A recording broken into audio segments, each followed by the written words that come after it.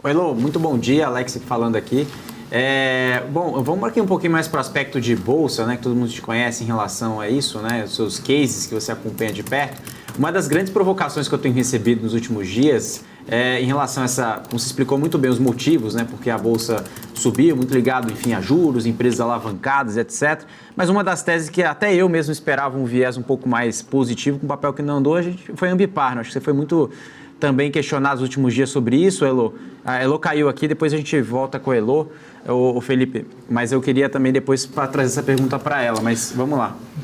Não, beleza, Alex. A gente segue aqui com a programação. Inclusive, vamos com a Débora Oliveira para dar uma olhada na movimentação da Bolsa nesse momento. Diga lá, Débora. Acompanhando, inclusive, como que a gente vem lá na abertura nos Estados Unidos, Felipe. A gente falava bastante sobre os índices futuros lá nos Estados Unidos, que já caiu, já sinalizava ali uma certa cautela. Na abertura, a gente segue também Dow Jones caindo 0,40%, S&P 500 caindo 0,29%, Nasdaq cai nesse momento agora mais levemente 0,03%, acaba nesse setor de tecnologia sendo um pouco mais sensível a juros, mas um negativo por lá. Aqui no Brasil, a gente expandiu um pouco a perda depois da abertura dos Estados Unidos. 0,65 de queda, 119.077 pontos. Agora o Bob vai ter que lutar para manter esses 119 mil pontos, viu, Felipe? Tá certo, Débora. A Heloísa tá de volta, o Alex continua com a questão para ela. Vai lá, Alex, toca o barco aí, Alex. Não, a pergunta é só para falar de Ambipar, porque é uma tese que depende muito de queda de juros, né? Tem enfim, toda essa questão de capex e alavancagem. Eu queria que você comentasse um pouco mais, porque Ambipar também não foi beneficiado agora no curto prazo. Tem um fator específico para a companhia, ou Elô, acho que o mercado não arbitrou isso ainda, na sua opinião? Vamos lá, a Ambipar é uma empresa que é nova, né? No Brasil, no mundo, ela não tem um par, ela não tem um concorrente direto fazendo exatamente a mesma coisa. Então, acaba sendo uma tese muito mais difícil de olhar, né? Vocês estavam falando em GPA antes, quando você fala assim, supermercado, tem um monte listado.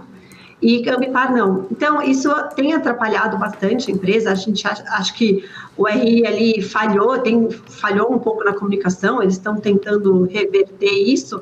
Mas, assim, quando você pega uma tese difícil, e aí o último resultado, assim, você olha e fala assim, não, tudo bem, porque a Ambipar é aquela tese que sempre cresce. Aí o último resultado, ela perdeu um contrato grande que já não era rentável, então caiu um pouco. Aí você teve no quarto trimestre uma sazonalidade muito alta no negócio dela de resposta à emergência, e aí no primeiro tri você teve uma queda também.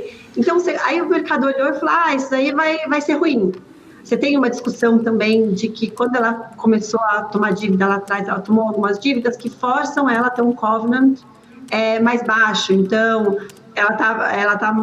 o covenant está mais apertado, assim. Então, acho que teve um pouco desses movimentos todos, e aí ela ficou em desamor, né? Ela tem um azar de ser coberta pelos analistas errados também. Então, a Ambipar veio e os bankers entenderam que ela era uma empresa de utilities. O que são empresas de utilities? Energia elétrica, saneamento, que é aquela coisa assim, como é que o analista enxerga isso? Você faz um investimento e aquele investimento vai te gerar uma renda fixa.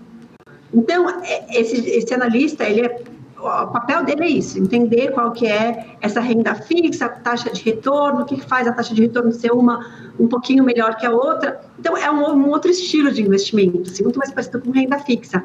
E a Ambipar, ela é o auge do renda variável, assim, é uma empresa que do dia para a noite pode conseguir um contrato enorme, e aí ela vai ter que fazer um monte de investimento, e aí o business dela vai correndo, mas aí ela tem de emergência, então se explodir uma plataforma de petróleo, ela ganha muito dinheiro, ou se tiver um incêndio, né, numa região que atua. Então, por exemplo, está tendo um incêndio lá no Canadá, numa região que ela não atua. Mas se tivesse sido numa região que ela atua, o resultado dela explodiria, porque ela ganha muito mais dinheiro fazendo grandes eventos do que no dia a dia dela.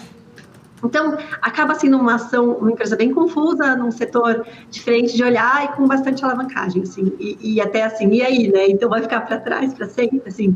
Acho que é a tese na minha carteira que tem mais para andar, então, acho que o mercado entendendo, assim, eu acho que, assim, o RI precisa acertar a comunicação, eu acho que eles têm que fazer, a gente chama de educação de investidor, né, Investor Education, eles precisam se empenhar um pouco mais nisso. Acho que eu vejo que quem entende a empresa, quem olhou e aí teve que olhar muita coisa por conta, gosta muito, mas no dia a dia, em geral, é a empresa que fornece toda a informação pronta, então acho que eles têm falhado nisso, e aí ficou para trás. Acho que uma hora o mercado vai olhar E eu sempre tento, né, isso às vezes é sorte, às vezes é azar, mas eu sempre tento estar em empresas que vão divulgar resultados, ou que vão continuar melhorando e que tem o favor do cliente. Então, o cliente adora a empresa, o cliente pede para a empresa fornecer mais serviços. Então, eu sempre tento estar nesse tipo de empresa. Então, a expectativa é que, ao longo dos próximos trimestres, ela mostre que ela continua crescendo. Ela fez muito investimento lá atrás, eles falavam um pouco demais, mas esse investimento tem um espaço para um crescimento sem ter que fazer novos investimentos. Então, espero que ela consiga mostrar isso e que o Papelândia é uma posição bem importante para mim, que está machucando, não pode dizer que está machucando a carteira, porque o fundo está indo bem esse ano, mas assim, ela ficando para trás atrapalha bem, né? Era para estar indo muito bem, não está indo bem assim.